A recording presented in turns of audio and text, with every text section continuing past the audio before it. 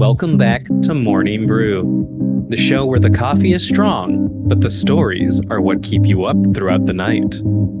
Today's roast comes from a quiet English town in the mid-20th century, where an unimaginable tragedy led to one of the most famous and unsettling reincarnation cases ever recorded. In 1957, two young sisters, Joanna and Jacqueline Pollock, lost their lives in a devastating car accident. Their parents and their community were left shattered.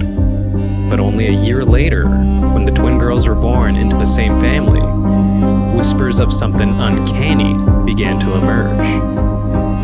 These newborns, later known as the Pollock Twins, grew up displaying memories, behaviors, and knowledge that seemed impossible. Were these children a powerful example of reincarnation, or was it something else at play? Today, we'll dive into the strange details, the skeptical explanations, and the lingering questions that have captivated researchers for decades. Settle in, take that first slow sip. This is a story that will make you rethink what life after death looks like.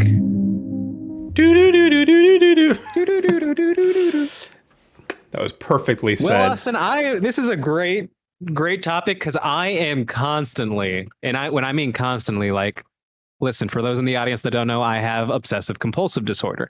So I have thought loops that never fucking stop. And unless I like practice mindfulness and all this stuff, which is hard because it's like, I looked it up one time. It's like the World Health Organization, like I think named it one of the top 10 most debilitating diseases. And so it's just constantly like my mind is constantly working, constantly thinking, can never stop. And one of my fixations in life, one of my obsessive compulsive disorders, aside from my health and like whether my family and girlfriend love me, is what happens after death. And sometimes when I was very religious growing up, it was worse because I had religious OCD where I kept thinking I'm going to hell. I'm going to rot in hell forever because like I touched myself or whatever. Like, well, don't do that. So I know, right? Don't have impure thoughts. Guess what? I got OCD. I can't stop having thoughts. So one of my fixations was, like I'm a sinner. I'm going to hell. That's what awaits me after death. But then, I don't know, through life and logic and studying history and stuff, you kind of realize that, hey, maybe all these religions are a little bit of a of a sham used to control the masses, but hey, whatever, it's fine. So I guess kind of with all that kind of in mind, before we even get into any of this, do you believe in reincarnation? See, here's where I'm going with that, because like the more I would do research on just history of religion, history in general, it's very crazy because no religion is very obviously the chosen religion, at least through a historian's eyes. It's all subject to debate. It's all subject to mysticism and mythology. But for some reason, reincarnation was one of those things that I'm like, damn, that would be cool if that was real. And the ones that believe in that the most, I think, are the Hindus and the Buddhists. I think they believe it a little differently. I forget which one's which. One believes in like... The Hindus, I think, believe that you come back and you enter, like, you can move up or you can move down. Like, yes, and it's like the seven realms of the world, and like you can be a ghost, you can be in hell, you can be an animal, you can be like, there's seven layers to reincarnation, all to achieve, I forget which one believes in it, but one wants to achieve moksha, which is like that would be karmic, Buddhism, I think, because enlightenment, I think it's enlightenment, and I think that's the Buddhist way. So both believe in reincarnation, which is like just a form of like, hey, ascending to a better life to ultimately be freed from this hell that is reincarnation. And I think that would be beautiful because it teaches you to appreciate life, that life is precious and sacred. Like, so it's not just you as humans, it's the bugs, it's the animals, the the wildlife, the nature, like everything is all connected. It's all, you were born from this earth and you will return to this earth. I don't know if I want to come back to this earth. It kind of blows. To be quite blunt, I think I'm a one and done person. I think I'm good with this, and I don't want to come back. Are you hoping that just after it's just lights out, nothing again? No. I mean, like, that's the alternative, right? That's the one that terrifies me. Is that like once it's all over, it's just boom, lights out. I don't think it's lights out. I mean, I don't know if it's lights out or not. I shouldn't say I don't think, because I actually don't really have much of a. I don't know what to believe. I guess what I think I lean more towards, which really this doesn't solve anything, because if you really think about it, it doesn't solve a damn thing. Like, yeah. I really do believe that everything's like kind of a simulation, but that still doesn't explain anything, because let's pretend it is a simulation, right? Okay, well then, who created the simulation? Who created that? It's a loop that doesn't work. So in a way, AI. Admitting it's a simulation, even though I don't believe in, God as most religions would put him, in a way, by saying you believe in a simulation, you almost are saying you believe in God, because you're believing that something created something. So, our aliens. So the fact that matters when you boil it down, I don't know shit, and I'm just kind of waiting and seeing what happens. So that's what I'm gonna do, because I have no choice. No one has a choice. You can sit there and believe whatever you want. It doesn't matter, because we're all going the same place. Well, we are, and that's something that people tend to forget. And me being the obsessive freak that I am, I would like to remind our viewers to be kind, especially because we're all just trying to navigate this crazy world. Even though we end every podcast saying "fuck you" to each other. Yeah, it's true, but it's like, and it's not really for like our two viewers. It's for like anyone that ever finds this podcast. It's like, you're not going to live forever. No one will. Everyone's going to die one day. I don't know. Just love each other and you can. Don't be a dick. There you go. Don't be a dick. Don't be a dick. All right. So, okay. So you. Sorry for that rant. No. It was a good rant. That wasn't a preachy one. It was a nice one. So that's okay. Those are okay. But okay. So you would like at least to believe in reincarnation. Okay. I want to believe in something. I just don't know what to believe in, and that drives me crazy. I mean, anything would be better than lights out, I think. Yeah, no, I agree. I mean, the only thing that kind of gives me some soothing calm about that is it was lights out before you were born. And you'll spend much more time in existence not being a part of existence than you will be alive. So it's true. This is actually the temporary state right here. That's why sometimes I'd be like, shit, maybe we are just like this cosmic consciousness that just floats through space and time, like dormant, until we like find life or something that we can possess. I don't know. Hey, you know what though? No matter what theory you propose, maybe that's the sperm race, dude. I don't know. The sperm race is just consciousness. No matter what theory you propose, it's no crazier than any of the other established like religious theories that are commonplace now. So it's okay. It's all right. So whatever you believe, go on believing it, as long as it doesn't hurt anybody. And you don't get pissed off at people because they don't believe what you believe. So, welcome to the Holy Crusades, baby. So you want to believe in reincarnation? I'll be honest, I don't believe in reincarnation, but I do think it's a very interesting thought. I just don't want to be in that cycle because I don't want to come back here. So, well, you don't have a fucking choice. Well, maybe we'll have to see it, because maybe we'll find each other in our next life as like bugs. Bugs. What kind of bug you want to come back as? What bug lives the longest? I don't know. Does a woolly does a woolly bear count as a bug?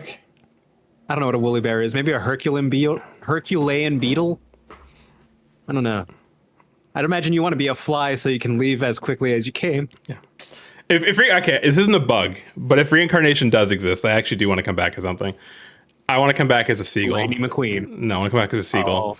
I love seagulls because they just scream at the sky all the time. They steal what they want. They want fucking French fries. They just dive into your fucking thing. In fact, my father, I think it was on my parents' honeymoon. They went down to Florida and they were at the pier. And my dad waited in line for like a really long time. My dad's a very like hangry person. And he I could see waited that. forever, and he finally got the slice of pizza, and he's sitting, Is this at Myrtle Beach, or where was this? This was down in Florida. And this fucking seagull dive bombs him and steals his pizza. And Did you get a bite of it at least? no, I don't think so. Oh, So I don't know. That's the story I always hear, and I always remember it, and I think it's fucking hilarious. So yeah, I want to be a seagull. But these people did not come back as seagulls or bugs, supposedly. so they were just sisters, not twins, when they died, and then they came back as twins to the same family. Yeah, that's the gist of it. I don't want to get too much into it. I don't want to spoil anything. I mean, that's the synopsis. The that's the synopsis. Yeah. So there you go. You know, Okay. Doesn't give it away anything. But you just gave away the entire story. the entire story. You can leave now, everyone. You can tune out. It's You can okay. leave, yeah, it's over. It's Jover. New podcast every week. All right. Well, I'm ready to get into this. I'm ready. I'm pretty excited for this one. Actually, I think this is going to be an interesting one. I'm curious to see what you think. All right. Without further ado, Ooh, what? My mic lighting up. Are you sure you can't hear this? I'm just gonna turn it off to be safe. Okay, I can't hear a damn thing. Okay, he turned off his scrubber, folks. Oh yeah, for those that don't know, there was a fire at my neighbor's house and the fumes got into my apartment. Fun stuff. Secure those lithium-ion batteries, guys, or in your skateboards because they'll explode and set your neighbor's They'll just apartment on blow fire. I see why they don't want them on planes. All right, let's get into this. On Sunday, May 5th, 1957, in Hexham, England, a local milkman by the name of John Pollock kissed his children, consisting of 4 boys and 2 girls, as well as his wife, goodbye and left on his milk run. Before he left, he wished the family a happy morning and told them that he'd meet them at St. Mary's Church later in the morning for Sunday Mass. After they had eaten breakfast, the 2 girls, Jacqueline and Joanna, told their mother that they would be walking to church with their friend Anthony, who had just lived down the road. With their mother's approval, the 2 sisters ventured outside and awaited their friend. When he arrived, the trio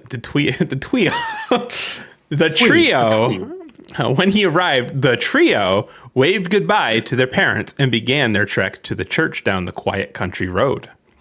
The church itself was only a short walk, and the path they took rarely ever had any vehicles on it. However, as they neared the church, a car seemingly had purposely veered off of the parallel highway and was heading straight for the children. Horrifyingly, before the kids could even react, the car struck the trio. The car continued for another 300 yards before stopping. A passing motorist who saw the car abruptly stop, but had not witnessed the accident, pulled off to check on the driver. When he got to the car, he found a clearly disoriented middle-aged woman who proceeded to ask, "Did I hit something?" When the chaos was over, the 2 girls lay on the pavement dead. As for Anthony, he lay in a nearby garden, barely clinging to life. Sadly, he too would pass on the way to the hospital. Word began to spread fast, and soon enough, both John and his wife Florence were well aware of the travesty that had just stricken their family. Obviously, the family was heartbroken and was beside itself. Furthermore, the entire community had been dealt a heavy blow. Later in the day, John Pollock would be interviewed by the local press. Eerily, he had the following to say: "I have lived in fear of this moment since Tuesday earlier this week. My son had a premonition that something terrible would happen. As it turns out, John's son Ian had proclaimed that he had a vision in which his sisters would be killed on the very road that they actually died on." So, Do you think premonitions are real? Do you think people can... Some people claim to be clairvoyant, some claim to be psychic. I mean, that's kind of what like tarot cards are and stuff like that. And I don't know if I believe... Okay, first of all, no. The answer to the question you're asking is no, I don't believe that. However, I am open to the possibility that people might have like enough... And this kind of sounds like I'm... like, do you ever get a Final Destination feeling where like... Well, that's what I'm getting at. You feel like not going somewhere because you think something bad might happen. Yes, and I do feel that people can sense danger. Whatever you want to... I mean, I guess you can call it premonition, but I actually think it's like a... I don't know, like a sense. Like, I really think it's actually more like... That honestly could be like the intersection between like like your lizard brain and your logical brain intersecting. Like I don't know if you know what's my lizard brain? You know what your lizard brain is? Okay, that's like your like. I don't know my lizard That's brain. like carnal things, like Oh, your fight or flight survival, response? like very like core things that are like ingrained into like instinct, basically. I feel like being that, afraid of like the open dark in a woods or something. Yeah, so I feel that like what people might call premonition, or like what you just explained, is actually when that like those carnal things, like the primal fears are like fear of dark, fear of falling, fear of Chainsaw Man. Actually, shout out Chainsaw Man, tattoo right here. But there's like devils, right? The stuff you fear, and there's primal devils, and the main ones are the falling devil, the darkness devil, the death devil, and the aging devil, which are the cardinal like fears, right? Like those are things humans naturally fear, I think, from like birth. So yeah, I think it's like basically lizard brain. I think it's like when your actual like, logical brain and your carnal brain are like crossing paths, and you don't know what's going on, but there's something telling you like something's very fucking wrong. Don't do that. That's what I actually think it is. So I don't think it's like anything mysterious. It's as mysterious, I guess, is like how it'd be like on par like in mysteriousness as like how insects have like a hive mind shit. No one knows how that works. That's kind of the level I think it's at. It's not supernatural. It's just no one understands it. That's the closest to premonitions I think that I'm willing to accept. But still, I mean, that's pretty. If that was the case, that'd be pretty amazing. I mean, that would be like wow, you know. So yeah, wow. It was. What was that? Wow. Oh god. Ciao. I remember when me and Taylor flew to Iceland, we took WoW Airlines. We kept making Owen Wilson WoW jokes the entire trip. We were really fucking annoying. Of course you did. God, you were. Were. Still are, but WoW Airlines is gone thanks to you. Yeah, me and Taylor ruined it. Ruined WoW, ruined what was the other one? There was another one that was like that went out of business. I can't remember. Spirit? No, Spirit's still here. I don't know. Spirit's still around. Well, anyways. So yeah, the story I just kind of the story I just laid out, pretty horrific. You know, 3 children are dead. And Anthony doesn't get to come back. No, Anthony doesn't get to come back. He's not mentioned this story actually. That's not fair. So yeah, it's kind of one of the shittier starts to one of our episodes, but this is the event that kicks all the following motions into motion. So unfortunately, this has to happen for the rest of the story to take off. And just one thing I want you to take away, other than the fact that we have 3 dead children, that thing that John mentioned on the day, literally, his children have been dead for less than like I'll say 6 hours at this point, and he's not. I mean, he's. What was that? Are you thinking he paid the old lady or what? No, not like that. But he's. It's just a weird thing to say, like to the news. I have feared this moment since Tuesday. Like it's just a weird thing. I get it. People experience grief in different ways. I understand that, but keep in mind, like his children are dead. And he's already giving like interviews and stuff like that. I don't know. I mean, how would you react earnestly if? I mean, I wouldn't want to talk to the press. No, you say you have 3 kids, right? Mm-hmm. And one of them says, "Hey, Dad, I had a bad dream that like kid 1 and kid 2 are going to die later this week in a horrible accident." And you're like, "Oh, so child, like that's fine. Like it was just a nightmare." And then it happens. Oh, how do you react to that? Are you gonna be like, holy fucking shit? Well, yeah. I mean, I'd be very freaked out. I'd also be like the logical side of me be like, "What have you done? What did you do? What have you done? What did you do?" I also feel like this may sound very horrible to say, but again, people, you can't control how you feel. You can control how you act, but you can't control how you feel. Typically. I feel controversial like take of the day. They might have like resentment, you know what I mean, almost to that kid, because part of you would feel almost like You did this. Right. I know how it sounds horrible to say. I'm not saying I would feel. I'm just saying, like, I could see someone actually developing resentment to that child. Plus, let's face it, the family dynamic is shattered right now. Like, it's never going to be the same ever again. And there's all these different things and all this stress and all this anger and all this sadness, and it could manifest in really horrible ways. So that is not actually like a setup for later on. I'm just saying, like, anybody, any family experiences something like this, you know, I mean, life will never be the same again.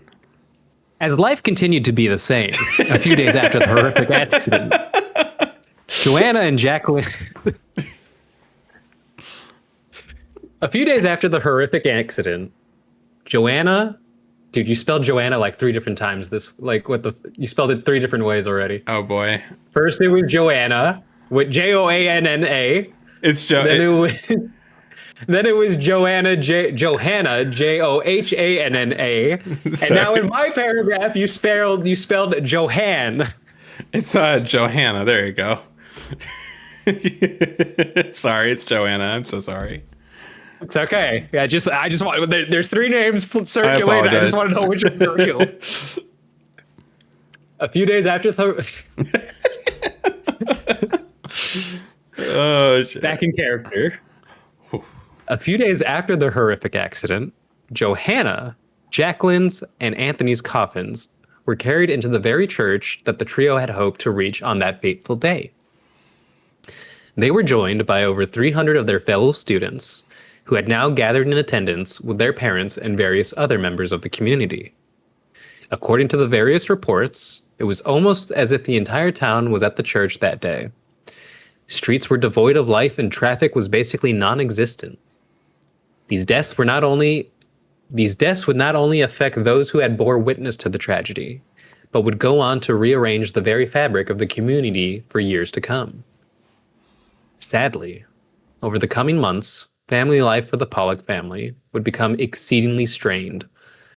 John Pollock began to spend more and more time in his study, and while in there would often drink, listen to classical music, and hypothesize about the world and how it worked. To John's family, this just appeared to be a rather eccentric way of dealing with the death of his children. Clearly, he must have been distraught, or at least so they thought. While yes, the deaths had caused John to double down on his behavior, it was not out of grief, but rather intrigue. You see, John considered himself a bit of an intellectual. Despite holding the humbling position of a milkman, John saw himself as a bit of a man of science. A man who believed that religion and science were not mutually exclusive to one another. Shout out the milkman. When did milkman go out of commission? Brother, I don't know. Oh, actually, so the milkman in the UK, I believe, is still a thing. Like, I do think that is actually a thing there still. You wanna move to the UK and become milkmen? You want to become milkmen? And then we sell extra milk on the side?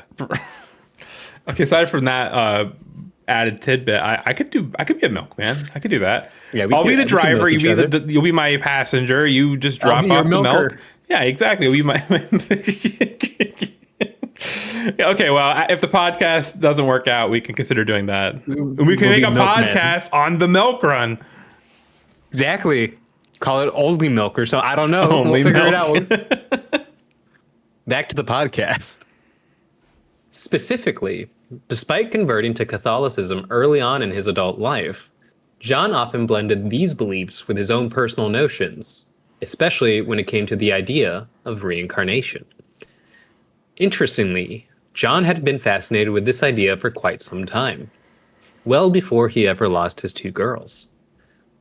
This would bring us to something that John had, up until this point, kept secret from his family. As it turns out, the self-proclaimed scholar had recently been praying daily for God to prove to him that reincarnation exists. After his daughter's deaths, John became all but certain that these events were, in fact, the answer to his prayer. So, I will say by this point in my... it's like monkey paw curls, right? Yeah, I'm going to prove you right, but damn, it's going to be awful. By this point when I was like reading everything, I started getting I don't know. Like, at this point, I don't know if I like John, to be honest with you. John is giving me some weird vibes. He's giving me very occulty vibes, like he's into the occult, which is fine. I don't care. But it's like when you kind of, I don't know, bring your family into it unwillingly, it's a little much. It's off-putting. At least, at the very least, it's a little off-putting. Like, yeah, I don't know. John is just, again, everyone deals with grief different ways. Not every way is a healthy way. But it's just a little... Think about if you're another member of the family, right? And John's kind of taking this approach to your sister or your daughter's death. It's... I don't know. It would bother me, personally, quite a bit. But that's just me. Would it bother you? I think it would, yeah. I think it would. Or would you just play it off all aloof and jokingly? I joke about everything, so probably would do that. I'm really bad at being serious. I know you are. I turn everything into a joke. That's how I cope. Because you're a Gemini. Makes my life easier. All right. Let's continue John's escapade. Descent into madness. Yeah, there you go. During one late night in his study, John was mulling over some of his research when all of a sudden something clicked in his mind. You stop that. Fernando keeps typing on the fucking thing and it's distracting me. I don't know what you're talking about, dude. Yeah. You're right. I should screen record this. Don't do that. For no reason other than to protect our internet privacy. Yes. That's why you need to use Surfshark. This episode is not sponsored by Surfshark. This episode is brought to you by Surfshark. But if Surfshark does want to sponsor us, we are open to the invitation. Surfshark. We'll even take NordVPN too. We're not picky. We're not picky. All right. During one late night in his study, John was mulling over some of his research when all of a sudden something clicked in his mind. Finally, he knew what the prayers and the deaths of his children all meant. He quickly dashed out of his study and ran into the bedroom where his wife, Florence, lay fast asleep. Firmly, he shook her awake and claimed that he had important news to share with her. You are going to be pregnant again. They will be twins, and they will both be girls. How would you feel like... I'm going to make you pregnant. Like, okay, I get this would be a little more unnerving if someone came to you and said this, but just imagine you're sleeping, like you're passed right the fuck out, and all of a sudden, not only does your wife, so like Lily just comes out of nowhere and wakes you up, but doesn't say it. This isn't like a, oh my God, I'm pregnant. This is like a, I am going to be pregnant and they will be the girl. Like it's, you know what I mean? Like, I'd be very upset for waking me up over that. Like, you know, it's like, I'd be like, what the fuck? I mean, well, sorry, I kind of, I'll tell you right now how Florence reacted. Yeah, tell me how she reacted. I'm curious. Well, she took it better than I think most people would. She said, with a mixture of tiredness, pity for her husband, and a dash of anger, Florence spoke up. A dash of mother's helper, dude. Yeah, probably. Florence spoke up and said it was too soon to have more children.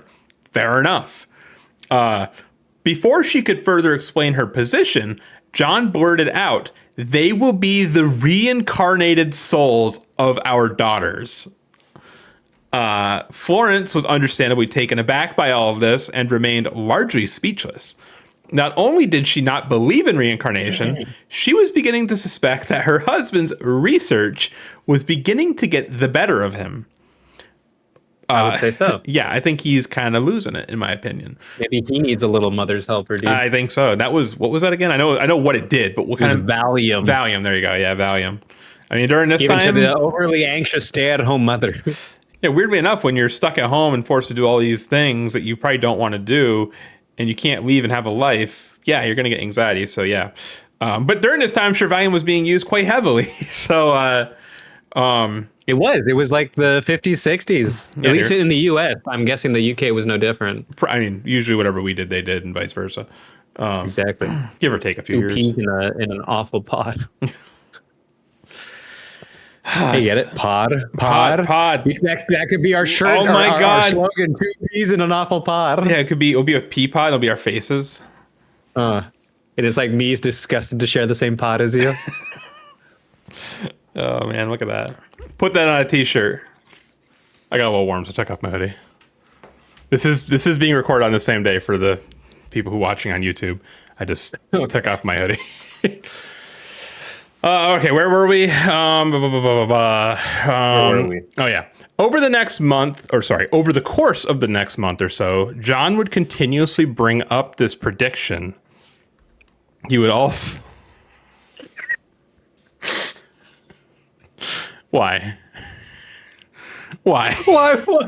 Why did you put that picture on the text? For all of you who just want to know, the picture that Fernando just put in the middle of the text I didn't do anything. Is a picture of Sally the Porsche getting railed by Lightning McQueen with Guido the forklift in awe in the background. What the fuck is this shit? Is that the forklift is Guido? Is that a slur for Italians? The best part is that he doesn't even deny anything. He just doubled that. I'm getting to the story, okay? I'm just getting to the story. I just sure. Yeah, that's I don't know why you made up that image, but sure, that didn't exist. Over the course of the next month or so, John would continuously bring up this prediction. He would also refuse to visit the children's graves with his family, as he believed that there was no point because they weren't there anyways. Jeez Louise. Yeah.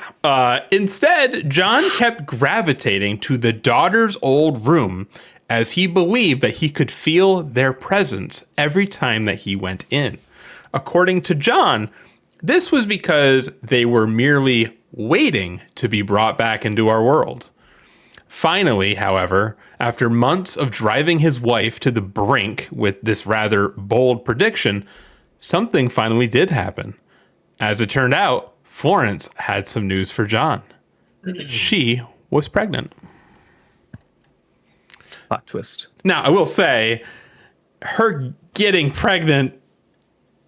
Now, if they didn't do it... Was she pregnant before he told her that premonition and she didn't know it, or what? No, I don't think that. No way, right? No, yeah. I don't think that. But it's like, do you not know how people become pregnant? Like, if you had sex, then yes. The stork. You're going... The stork, yes, the stork. Now, if they didn't have sex and she became pregnant, well, then it's the other milkman. But then it would be like, what the hell? But I mean... Yeah, if you do a certain deed and you do it unprotected, yeah, you're going to get pregnant, probably. Mm-hmm. So her being pregnant really isn't that shocking, I guess, especially considering how much her husband clearly wanted her to be pregnant. Yeah. So, but yeah, you will agree though, like John's behavior is kind of... It's not okay. It's not okay.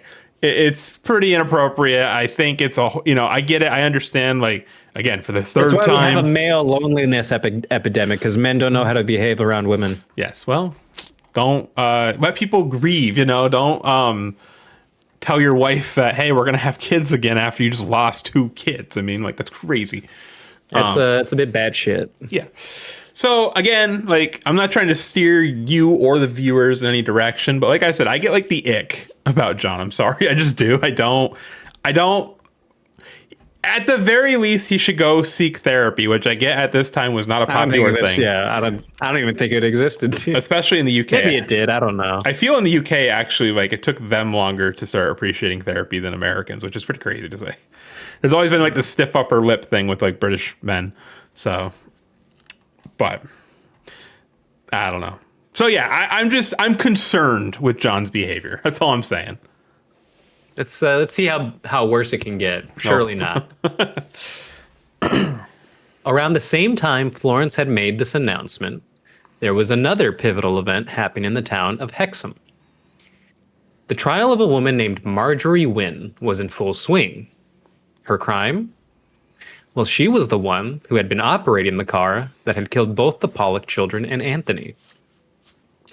Only a few weeks after the crash, during her arraignment, Marjorie was greeted at the front of the courthouse by practically the entire town. People berated her, and some even offered her death threats. She was without a doubt the most hated person in town during this time. As you can imagine, people had plenty of time by this point to theorize as to why she had done such a heinous act. Was she drunk? Was it an accident? Did she do it deliberately? Or had she been possessed, as one often thinks?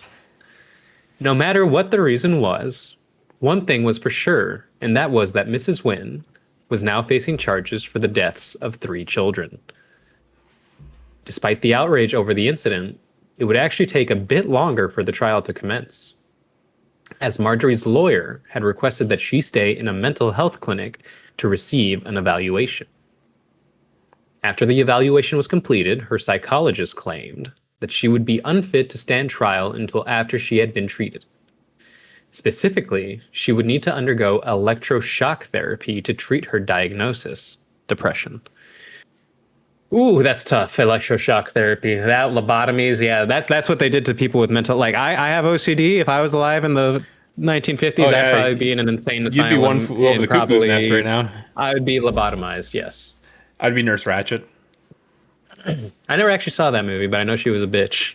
Yeah, she's pretty evil. I think I remember. I can't remember, but my mom used to joke because she was when she used to work at the nursing home. She was like the head nurse and administrator and all. She's done like everything there, and she used to joke that people called her Nurse Ratched. Yikers! Was she evil? No, just because she's the boss and she'd have to deliver you bad news sometimes, and like those are her words. She was joking. It's not easy. It's not easy to be a medical person having to deliver bad news. I can't imagine. Well, it's more to the employees telling them like, "Hey, you just got overtime or whatever." But you just got overtime. In July, she would be brought back to the courtroom. This time around, however, the accusation would specifically cite being under the influence of drugs as the reason for the crash. Allegedly, Marjorie had taken 14 different types of barbiturates. Barbiturates. I know there's an R there. Barbiturates. Marjorie had taken 14 different types of barbiturates before getting into her car on that fateful day. Marjorie would plead not guilty before her full criminal trial was arranged. By the time this final trial rolled out, the full story would finally come out, all the while the entire country was watching. Marjorie was a wealthy woman who had connections to some very influential people in England. Most notably, her father, who was a former member of Parliament. I'm guessing for anyone that's not familiar with the UK government, that's like their version of Congress, or the House of Representatives is Parliament. She had recently moved to Hexham after sending her 2 daughters off to boarding school, and had sadly been made a widow 6 years ago after losing her husband, a former Royal Air Force pilot. For the past 6 years, she had allegedly been in contact with a psychiatrist for severe depression. On the day of the accident, she allegedly tried to end her life via overdose. However, she managed to survive. And when she came to, she decided to clear her head by going for a short drive. Sadly, we all know how this would end. After this information came out, she reportedly proceeded to bolt up mid-trial and announce her guilt. All that was left to do now was to get the sentencing over with. What happened next would go on to shock the entire country. During the sentencing, the judge claimed that Miss Wynne was not of sound mind when she was operating her vehicle. Because of this, he believed that her responsibility should be greatly diminished, and with that, he finally announced her sentence. Marjorie Wynne would receive 3 years of probation and a 7-year driving ban. That was it. It's insane. That is absolutely insane. When you're powerful and wealthy, that's what you get. I won't say what I would consider doing, but my God, that is ridiculous. Like, if that was my family member, holy shit. Yeah, no, it's always been an us versus them thing in terms of class warfare. It still is. Don't anybody tell you different. At this point, the entire country was in agreement that justice had not been served, and that the entire sentence had been a gross miscarriage of justice. Essentially, Miss Wynne was now a free woman and could go on living her life, all while 3 children had tragically had theirs cut short. John Pollock was also quite disgusted at how the case had turned out. However, it wasn't because of the light sentence. Instead, John believed that the sentence had been entirely too harsh. After all, it's not like they weren't coming back. Isn't that also crazy? That's just as bad. Yeah, he like Barry went on record as being like upset about this, basically being like, she didn't commit murder because they're coming back. It's like Crazy to me. Like, what? And this is like, keep in mind, like, the kids, the reincarnated twins, haven't even born yet. He doesn't have anything. Like, the kids are dead. Like, he doesn't have new kids. The kids are dead. And he is still like, it's okay. They're coming back anyways. It's not like he had the kids at this point and they had already been reincarnated, quote unquote. And he's like, it's okay. Yeah. I got my kids right here. They're right here with me. He didn't have them. The gang's all here. The gang's all here. Yeah. So I'm just saying, it's funny. After every chapter, section, whatever you want to call it, that we're going through, as the reading continues, it's almost like after every single reading, I don't like John more and more. Like, I don't know. Like, obviously I wrote this, so I know, but like, it's ick. You know what I mean? It's gross. I don't like it. I just don't like it. Like, could you imagine like how insufferable this person would be? Like, your sister dies, right? And your dad's like, don't worry, champ. She'll be back. Like, what? Yeah, that's like, what? That's a bit much. Isn't it crazy though? Like, yeah, I couldn't imagine that. Like, this family, like the psyche of this family must be so fucked right now. I think the dad's just having like a psychosis thing. Like, he's having his own fucked up grief. It is. And I mean, just like projecting. It sucks because at this time period, it would be very frowned upon for the mother. She'd be looked at as the most evil motherfucker if she like took the kids away and said, we're going away. But unfortunately, in my opinion, that's exactly what needs to happen. These kids and this family need to be moved away from John as far away as possible until he can figure himself out, because I think he's being his behavior is exceedingly detrimental to the whole entire family. Yeah. In my completely unprofessional opinion, like, I'm not liking John. That's totally fair. All right. Let's get back to Florence and, that part. So you just talked about the trial, and that kind of puts Marjorie, the woman who committed the atrocity, who set the whole thing into motion. That kind of concludes her chapter. I don't think we're going to hear any more about her. So she's done. All right. After Florence had announced that she was pregnant, she was quick to quell John's excitement by telling him that the doctor had only detected 1 heartbeat. In other words, there would be no twins.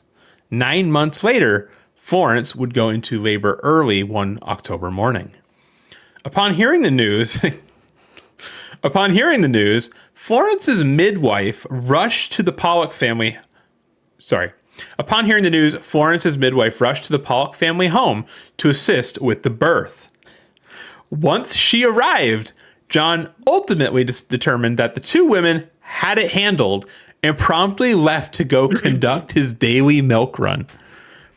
Despite the lack of support from her husband, Florence managed to give birth to a beautiful baby girl named Jennifer without incident. All that was left to do now was to cut the umbilical cord. However, as the midwife proceeded to do this, she noticed that the contractions did not stop. To her shock, she realized that Florence was not done giving birth. Only minutes later, another Pollock girl was delivered, and she would be named Gillian. Shortly after this news broke, one of John's close friends set out to go and find him to deliver the amazing news. John could have just stuck around, but, he was busy delivering all that milk. Got to deliver that milk. Someone's got to deliver the milk. I mean, sorry you're giving birth. The town needs its milk. As the story goes, when he did find John, the man initially stated that he had amazing news. But before he could tell him what the news was, John interrupted and uttered with a smile, "I know, twins, right?" Why? Why what? Why is there a picture of Shrek in a lacy thong in front of me? Can you just explain? I don't know what you're talking about, bro. I think you and John both need help. Oh god. Oh god. Yeah. I was just transfixed, you know. After receiving the news of his daughter's birth, John proceeded to drive his milk truck back to his home. Once inside, he rushed to the bedroom and was greeted by the sight of his wife holding their newborn daughters. After giving his wife a kiss on the forehead, he then glanced down at the new additions to their family. It was at this moment that he noticed something peculiar about Jennifer. Above one of the girl's eyes was a birthmark. As it so happened, this mark was in the exact same spot as Jacqueline's scar. A scar that she had acquired after falling off of her bike when she was only 3 years old. As a side note, John would later claim that after the twins were born, the feeling of the deceased children's presence in the bedroom would never be felt again. All right, so we got some kids that are born. It turns out they were twins. And one of them has a birthmark. I might have missed the names. What did they name them? Did they just name them? Did they just copy and paste the old ones? No. They're different. We got Gillian and we have Jacqueline's the old one. Gillian and hold on, it was just right here. Jennifer. Gillian and Jennifer. Okay. Gillian Jenny. Jennifer. Jill and Jenny. There Gillian you go. Jeleni. So what do you think right now about everything? Not just John, but like just kind of like the situation. Like it's a little. I'm kind of rereading it, just like. So what do we have to go off of? Just the birthmark? Is that really it so far? Like, I mean, what else? That's it right now. That's all. That's it so far. And his premonition. There is more. Yes, there's a premonition. You know, all of his stuff he believes. The fact that I guess he did say there were going to be twins, and she's like, no, it's only going to be one. There's only one heartbeat, and it turned out there was a surprise another baby. So that's something. And then we got the birthmark. The birthmark. So removing if you feel the same about John that I do, removing that, what are you thinking about John's premonitions or beliefs at this moment? As someone that does believe in. Or wants to believe in something, I don't think it would be like this. Because, like I said, if I, like in my version of believing in something, if there is reincarnation, I don't think it's like as simple as you go back to the family that you come from. Maybe it is. Maybe you end up somewhere else in the world, but I don't know. It seems a little more etched in madness. It's a little on the nose, wouldn't you say? Just kind of like, I don't know. And I don't know, like, why would, I mean, I don't know. I'm not the person to ask because I don't really follow a lot of this kind of stuff, but it's just a little bizarre how, like, this, to me, like, this isn't a reward. You know what I mean? Like, he's like treating it like, oh, God's showing me. So he ended your daughter's lives to bring them back again, and we'll get into some more stuff, but it's not all like sunshine and rainbows after this. Like, it's, if that was the case, this is pretty fucking cruel, I'm not gonna lie. Like, I don't know. But that goes into more personal beliefs. So how about you explain to us kind of what the first formative years of these children's lives were like? Gladly. If you stop putting filth in the Google Doc. A new life, a new hope, as they say in Star Wars.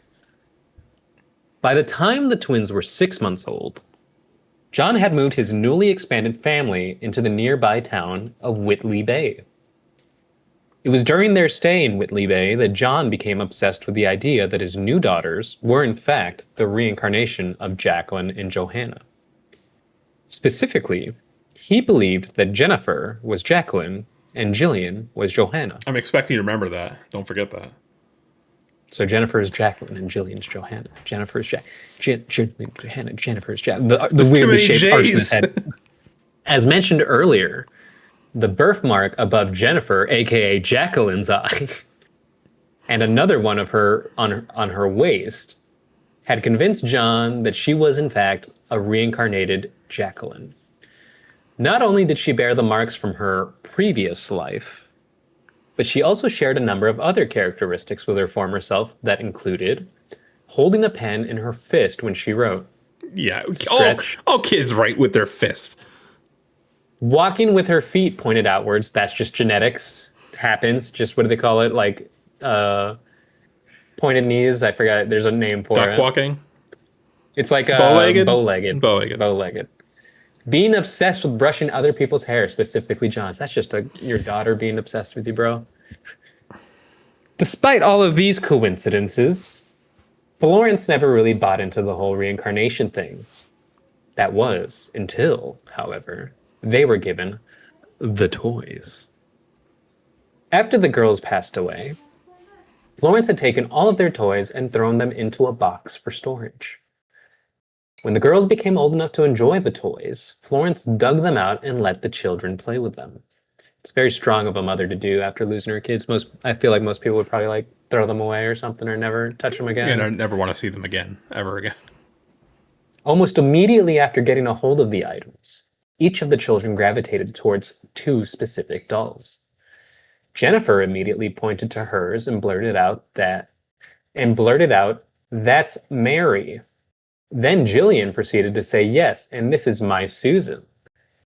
Eerily, these just so happened to be the names that the toys' previous owners had assigned to them. According to both parents, they never divulged those names of the dolls to the girls. Then the memories began to occur. In one instance, Gillian, aka Johanna, told Florence that the birthmark on Jennifer, aka Jacqueline's head, was actually a scar that she received when she fell off of her bike and hit her head on a metal bucket. As mentioned earlier, it was Jacqueline who had this accident, not Jennifer. But they're one and the same. Horrifyingly, Florence claimed that the girls could apparently remember the accident in great detail. This was demonstrated by the fact that both girls were absolutely terrified of crossing the road and cars in general. Supposedly, the children would refuse to cross the road unless they were holding their mother's hand. They're like, "I'm not going unless you're coming with me." See, I'm getting the vibe that this kind of behavior might actually be stemming from the parents. The parents are going to be scared, obviously, of kids being around cars because, well, the history. I think this one's more like projection. It's like that King of the Hill episode, remember? Where Hank and Wadey Bird attacks the maintenance guy. Oh, the maintenance guy. And everyone thinks that the Wadey Bird's racist and therefore Hank is racist because they're like, the dog's feeding off of you. And it turns out the reason why Hank didn't like the maintenance guy. He doesn't like people touching the water. Right, he doesn't like people touching his water tank. Not the fact that the guy was black. He just doesn't like anybody touching his water tank. And the dog picked up on it. So I actually do think the kids might be just picking up on us. Plus, the mother might just instinctively like. You're comparing the children to dogs? Yes, exactly. The mother might be constantly overcautious. And as a result, it's making the kids overcautious around cars. That could be transferable. In another instance, wait, no.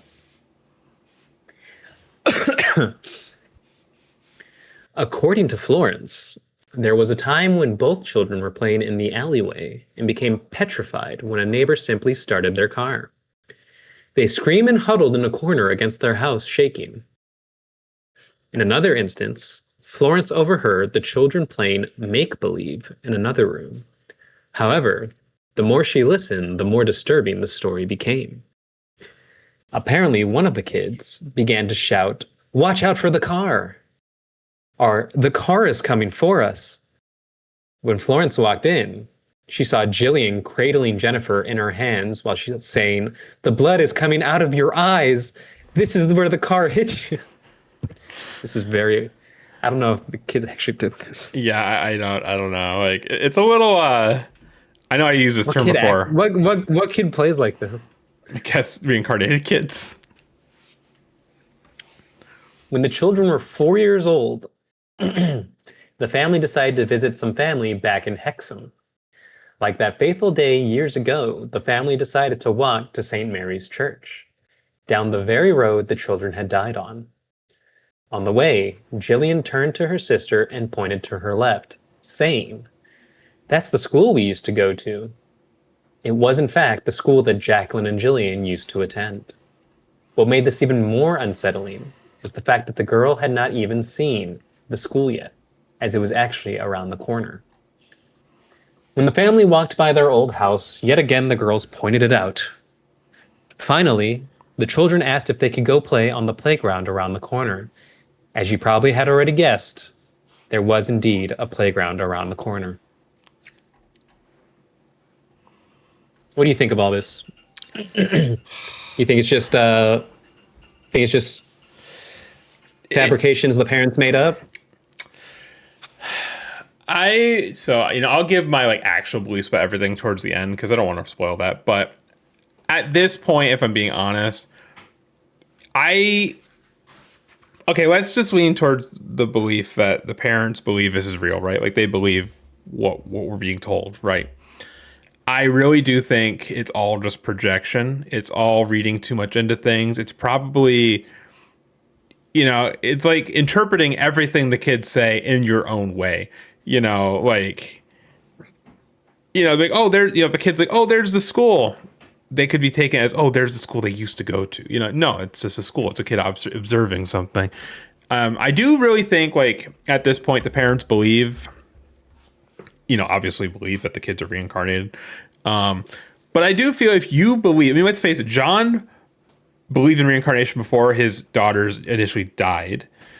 And then he tried to turn their death into a reincarnation situation where he thought that this is the only way. And then the girls are born, and then to him, it's got to confirm everything that he believes. Like, I was right. Everything's legit. Reincarnation's real. These are the reincarnated souls of my daughters, blah, blah, blah, blah, blah. So you're just going to go with that. And I feel you're just going to keep pushing it and perpetuate this belief, even if you're not flat out telling the girls because you think it'd be detrimental or whatever. If you truly believe this much, it's going to come through. It's going to bleed through your personality and your actions, and it's going to steer these girls towards acting a certain way. That's what I think at this point. Fatherless behavior. Yeah, pretty much. So, and honestly, in my opinion, not that matters, but if that is the case, this is almost borderline child abuse, to be quite blunt. It doesn't feel right. It feels there's something very wrong about the situation. And I do think the well-being of the entire family is at serious risk right now. Yeah. All right. So we've been giving a lot of information. A lot of it would sound like hearsay. It's kind of well, how the hell do we even get this information, right? Why do we even know what we know?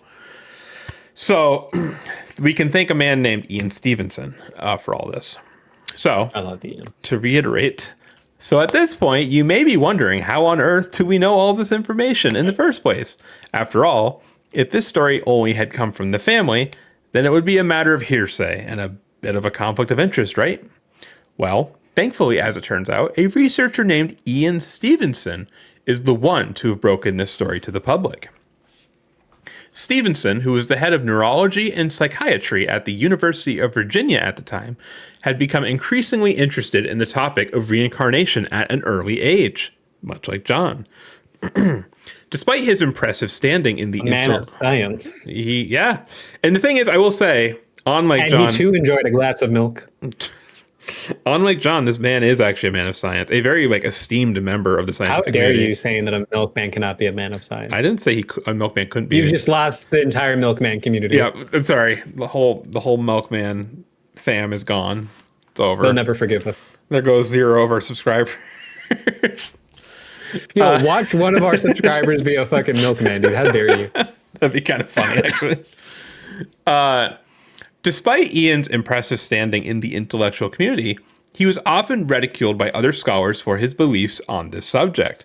Thankfully for Stevenson, however, he had powerful donors who had provided him with what was essentially a blank check for his research. Now, I can't delve more into that because I don't know more information on that, but that is actually very interesting. I'd love to know who these donors are. I think it's kind of like it's like that millionaire that wants to live forever and injecting blood into himself and stuff. Not only blood, his son's plasma. Yeah. Don't get me wrong, like, it's no secret, I think, that billionaires, or at this point millionaires, we've always kind of been in search of ways to live longer, outlast the rest of us, peasants. Yeah. Putting my my tinfoil hat's back there. It's like the legend of the Holy Grail or the Fountain of Youth and all that stuff. People always looked for something. Putting my tinfoil hat on back there, I'm just too lazy to go get it. I actually do think go put it on. That's why you made it. I can't reach it. I'll put it in post. I'll put a hat on me. I'll try not to move around much. I don't have to do my work. I do think that a lot of these like tech bros, a lot of the like really rich people right now, like, fucking the leader of OpenAI and all these, I really do think they are genuinely hoping that AI can help them craft like a way to like live forever. Like, I really do. I think that's actually one of the reasons why they're putting so much money into this, because there's no other reason really to put this much money into AI, because any businessman knows an investment's a bad investment if you're not going to get any money from it. And they're bleeding money with AI right now. Like, you had the CEO of Microsoft coming out and be like, we need to find a legit reason to get most people to use AI, because we are losing our, how do you put it, our social permission to use the resources we are devoting to AI right now, because we're not getting anything for it. I really do think, now let's face it, if you're devoting all this money and you're not getting money, then you want something out of it. And I really do think that they are hoping that it's going to cure, essentially, like the virus of dying young, like dying within a normal age. Like, I know it sounds crazy, but why the fuck else would they be doing that? Monetize it. Well, yeah, of course. It for only the elite. Of course. Me and you aren't going to get that. We're not allowed to have that. I know it sounds kind of crazy, but what businessman would look at an investment that costs that much money, that many resources, and gets you no money back and keep doing it? I don't know. That's just my opinion. But, maybe my brain just isn't big enough to realize the economic gains that AI can give us. Brain. Yes. Fuck AI. I hate that shit. I did too. We're in a fucking bubble too. It's just the same companies recycling money towards each other. Yeah. It's also making everyone fucking stupid. It is. It's making us more disingenuous, more less thinking for ourselves, and just lazier. It's Wall-E come to life. Uh-huh. This sounds kind of dumb, but I think it's fair and accurate to say, if AI keeps going the way it's going and keeps allowing people to get more stupid, not think for themselves, it's almost going to redefine like the whole point of being human. Because like, if you're not thinking for yourself, you're not doing anything. And then AI is going to decide to eradicate us to save the world, like Skynet did in Terminator. Yeah, pretty much. Yeah. Where's Sarah Connor? But all right. What was her son's name? John Connor. But okay, my tinfoil hat's off. It's back over there. It was never on. Spoilers. Oh, all right. So, sorry, Ian Stevenson. The fraud did it in post.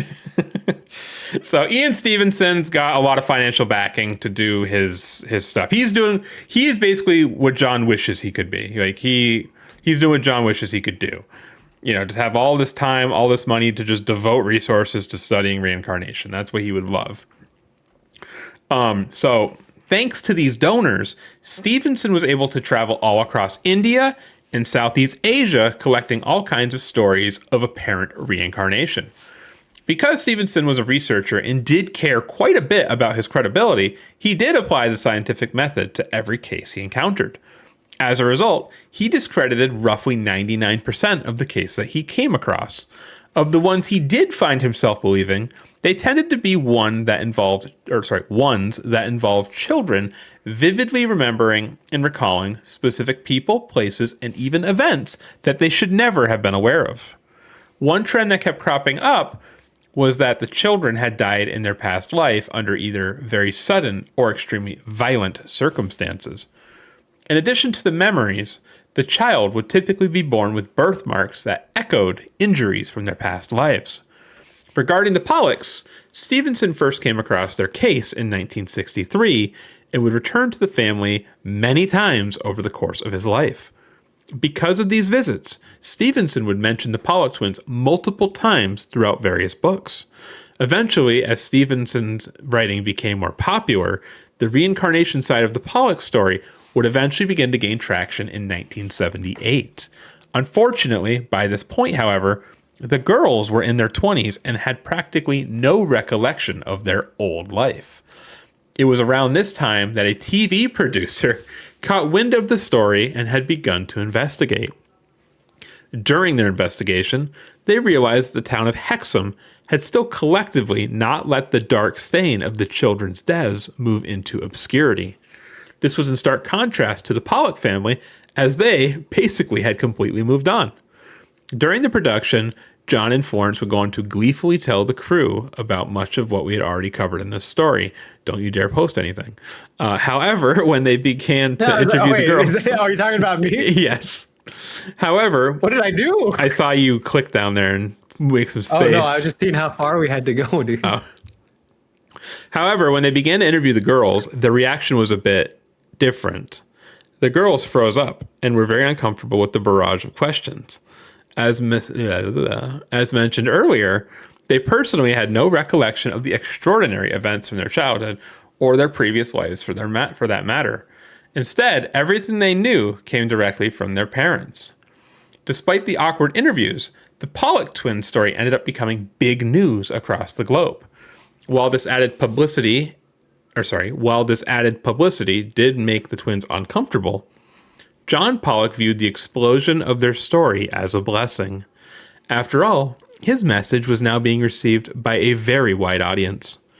Unfortunately, it'd be around this time that another travesty would hit the Pollock family. One day, while working at her local bookshop, Florence decided to close up the store early and head to the nearby salon. While there, she abruptly had a heart attack and passed away at the age of 57. Only 3 years later, however, John remarried and moved in with a new family. The end result was the family being torn apart, as John once again refused to mourn the death of a family member. Instead, he simply believed that his wife would just be reincarnated and she'd show up again. Unfortunately for John, his sons did not share in his belief. As a result of this, and the fact that John sold the family home and basically left their grandmother homeless, they distanced themselves from their father and began to resent him. As for the twins, they still managed to maintain a strong relationship with their father and kept in contact with him until he passed away on April 5th, 1985. Like most nights, John was alone in his study, smoking and listening to records. Like his wife, he would then go on to suffer a heart attack and pass away. A while later, Stevenson would come out and say that John had claimed that not only had the twins remembered their past life, but John himself remembered his past life during hypnotic regression therapy. He claimed, would you fucking stop?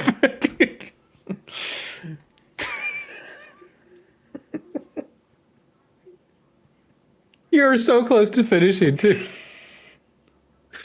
Oh, God. What happened? Why is SpongeBob pulling his pants down and showing me his groin? Got veins on it? You're gonna give my fucking computer a virus. A sexual virus.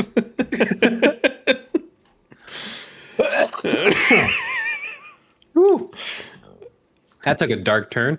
Oh, God. Woo. Oh, where were we? Yeah, where were we before you just laughed for no reason? Oh, God. Where was I? From a while later. From a while later. A while later, Ian Stevenson would come out and say that John had claimed that not only had the twins remembered their past life, but John himself had remembered his past life during hypnotic regression therapy. He claimed that he had memories of burying a man whom he had murdered. Stevenson, however, never believed in John's claim or regression therapy as a whole. After John's death, Ian Stevenson would lose contact with the family.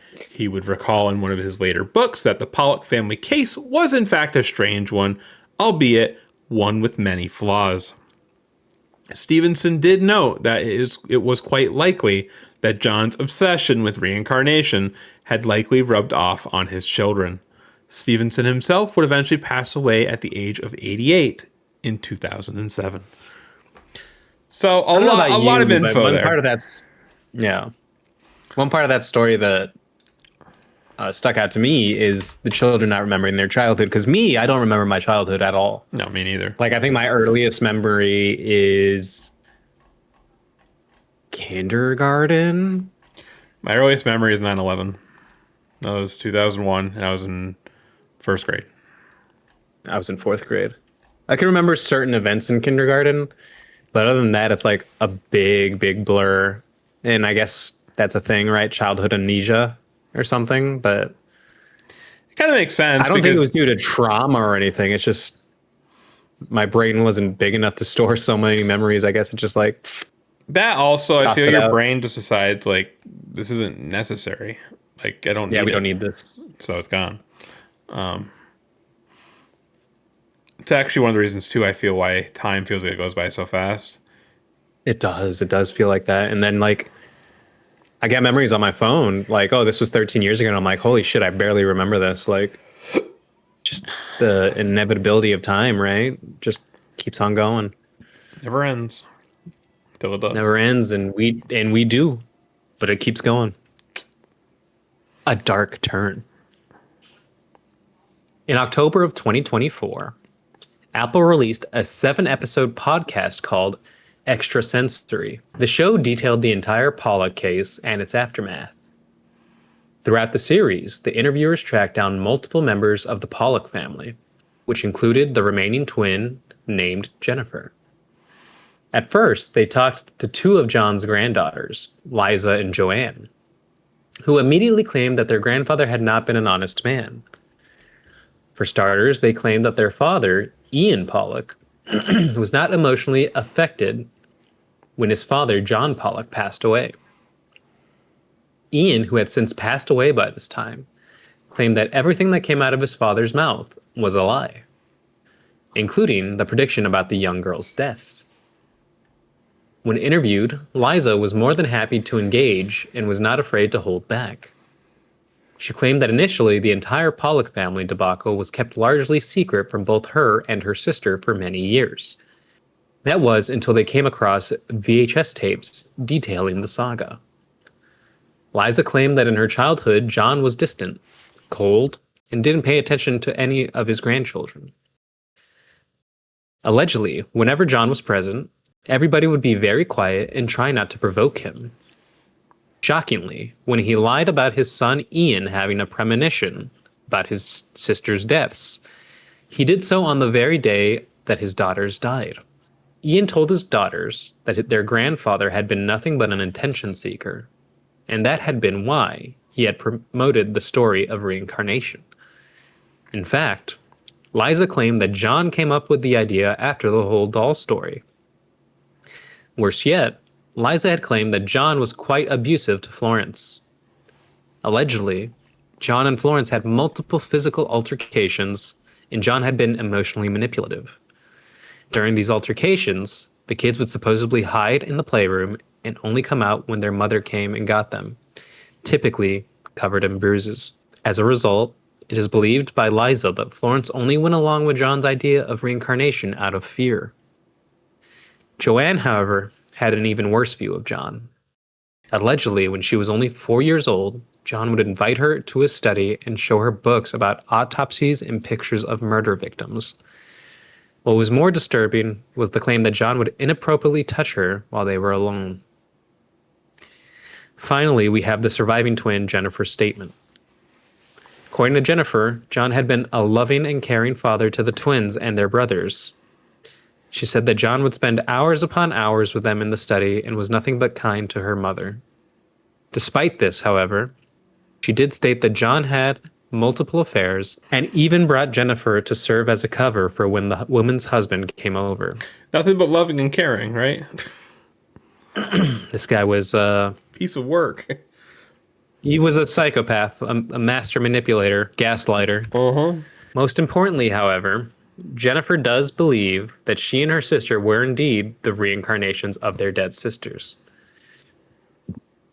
While Jennifer's cousin would later state that her and Gillian had been coached by John, Jennifer would go on to deny this. Instead, she claimed that she didn't even know about her deceased sisters until she was in her teens. She did confirm the birthmarks, the various quirks that she shared with Jacqueline, and also believes that her deceased twin is still with her to this day. So yeah, I guess it's who you choose to believe. I'll tell you who I'm not believing, though. I'm sorry, John doesn't instill me with lots of confidence in terms of whether I should be, I'm not a big fan of his character, and he hasn't given me much reason to believe him. I don't think he has much character to begin with. It seems like he was just kind of he's a sociopath. I don't know, just a sociopath. Yeah, just an attention seeker, like his son said, Ian. And I mean, again, I'm more critical of his character. I know the whole point of being critical. I guess the whole point of this story was to be about reincarnation and stuff. But it's very hard for me to look beyond John, because he's kind of the guy controlling the narrative here. To play devil's advocate though, Ian Stevenson, who was a researcher who, by the sounds of it, he didn't really trust John either. He felt there might be something there. But he did say there were definitely flaws with the case. So, I don't want to I don't like coming at the end of this and being see, all of it was for nothing. It's BS, but it is hard to look past John. I'm going to be honest. It's very hard to look past that man's behavior. So, well, let me wrap this up and then we can talk about our feelings and, our conclusions. All right. Let's get this over with.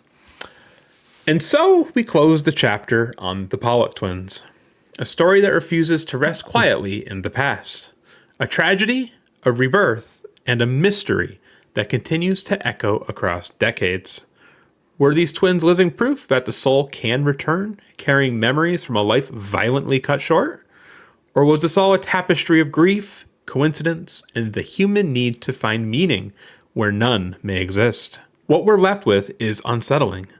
Two children who spoke of places they'd never been, recognized toys they'd never seen, and feared the very thing that ended their sisters' lives.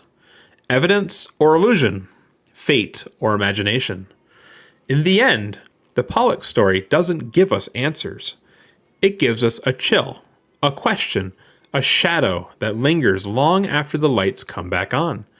And maybe that's why it endures. Thank you for venturing into the unknown with us. Until next time, stay alert, stay curious, and maybe look both ways when crossing the street. Yeah. I see why I didn't want to read it. Yeah, so it was I don't know, it's tough. And there's another reincarnation story I really want to do, and I think it's way more compelling than this one. Really? What's it called? It's I think it's the reincarnation of Dorothy Eady, I think that's what it is. That one's really interesting. And again, like any of these stories, it does have, some things, but I do think that one's a way more believable one than this one is. Interesting. But anyways, yeah. So I'm not sold. I'm not sold. That's fair. This one is not the most convincing in terms of reincarnation. Like when I first started. Oh, sorry. Go ahead. No, go ahead. I was just going to say that from a premise point, like Hinduism and Buddhism provide a better Like when I first started researching this argument. When I first started researching this one, I mean, don't get me wrong, I wasn't like, oh, this is the one that's going to make me believe, but I was pretty like, okay, like I'm seeing what they're putting down and I can see where this is going and I can see how people would believe this, but it's crazy how, I know I keep coming back and I feel bad because it sounds like I can't talk about anything else, but it's crazy how if I removed all of John's shitty behavior out of this, I feel it would come across way more genuine and believable. But that wouldn't be the whole story if I did that. And unfortunately, John is the focal point. He's the one controlling everything. He's the one controlling the narrative. He's kind of he's the head of household. This is at a time when the guy held by far the most power in the family dynamic. So really the ball is in his court and he can kind of make whatever he wants happen. He can say whatever he wants and he can just say, yeah, that happened, this happened. And it's just, I don't know. Yeah, sure. Ian Stevenson did notice stuff and he even was like, I feel there might be something here. But even he was like, there's some inconsistencies here. And this is it's hard for me to fully put my stamp of approval on this. So it's kind of too bad that John was just a despicable character in this. But yeah. Oh. Children unfortunately had the short end of the stick on this one. Not much they could have done. No, they were kind of doomed from the start. And I don't even blame the remaining twin for believing that, because to be honest, from a young age, she was basically brainwashed. That's probably PTSD, yeah. Like PTSD, brainwashed, like... And I do groomed to believe that. And it's crazy when she's like, "Oh, my father was such a good man and he had nothing but love for my mother. He cheated on her a couple times and used me as cover, but like, no, that out of love. Like, what are you talking about, girl?" So, yeah. I don't want to, I don't want to use I really don't want to use this story as like an excuse to be like, this is why I don't believe in reincarnation. Because it's not a fair one to make. But I don't believe that this specific story is an example of reincarnation. But I will say when we do cover the other one, I have a much more positive outlook on that one. Like I view the players in that one much more like I'm excited to hear about that one. Yeah, that one sounds like it'll be interesting. So that one we'll do that one soon. Obviously, I don't want to do one reincarnation story and jump into another. The next one, I'm actually very excited to do the next one. I got to get some links and stuff ready for the next one because we're gonna have to listen to some audio clips and stuff like that for the next one. Oh, okay. I don't think we've done that since the Japanese SOS incident. Yeah, and that was the most popular one we've done. That was by far the most popular one. That was got a lot of compliments on that one, actually. Of an episode. Like you're just chasing that dragon, trying to get that one again. Well, like I forgot which one of your friends said she liked the intro. That was Mimi. Yeah. Shout out Mimi. So she liked the intro. My mom even was like, "That's by far the best one you guys have done." So. Oh, shout out mom. So. I mean, 73 views. That was our banger. But although our one Bigfoot short has like I think 1,000 views. Yeah, 1K views on is Bigfoot real? Gotta start making more shorts. Pull people in. I just hate making shorts. Oh, so our next banger short was actually we have two. This guy had a terrible childhood, which was Mike Warnke, the Satan Seller. Oh yeah. That was our second most viewed one. And then the next one at 822 views is the Winchester House. Yeah, I gotta make some more. My background is like the world news fucking Elgato thing. That's funny. I gotta start using that background again. Breaking news. Oh god. All right. So that's safe to say we can conclude that chapter, right? We're done with that reincarnation. By the way, the thing I Yes, keep playing with sir. this Yes, my sir. coaster. It's Chucky. Oh, that's cool. It's bedazzled. Did you get that in Salem? I think I saw a few of those. No, we actually one of Sam's friends gave us like a whole stack Oh, of maybe like that's what I saw. I think that's what I saw. Maybe it was on her story, not in Salem. Like, didn't she have like a Jason one too? And yeah, we have stuff like that? we have all the serial killers and stuff like that. Like, you know, the fictional serial killers, not real ones. You're not a Ted Bundy coaster? No. But yeah, I mean that's kind of all I got to say about that. It's an interesting story, but it just doesn't tick the box for believability for me. We're gonna mark this one. Oh shit! Unsolved. Let's just say Solved. no. Myth busted. Myth busted, yeah. But as always, if you liked the episode, you know what to do. Like, if you don't know what to do, it's because you've probably watched, this is the first time you've watched us, so hit the subscribe button. You can do that. That'd be amazing. You can comment. If you're on Spotify or Apple, or leave a nasty comment. Tell us what we did wrong. Yeah, Tell us that we suck. I want to, Fernando wants Any to, engagement. Fernando wants to argue with you on YouTube. So argue with him. I'll be there. I'll be there in the comments. Yeah, exactly. I'll be He's waiting. lurking. He's ready. He's ready to pounce on any angry comments. If you're watching or listening on Apple or Spotify or whatever the hell else you got, Or wherever you get your podcasts, you can rate us. You can give us a 5-star, preferably a 5-star, and you can say like, these guys are fucking stupid. You can say that. Go for it. I don't care. Whatever. But I am good. Final thoughts? I love you. I love our listeners. I love everybody, and I just want everybody to love everybody. It's a nice final thought. Life is short. Enjoy it. My final thought is just don't trust anybody named John. Just don't do it. Yeah, that's fair. Just don't do it. And if you are a John, I'm sorry. Don't trust yourself. Just kidding. John, you do you. Just don't be weird when it comes to like people dying, please. It's fair. All right. That's all I got. I'll talk to you later. Hey, see you later, dude. Bye.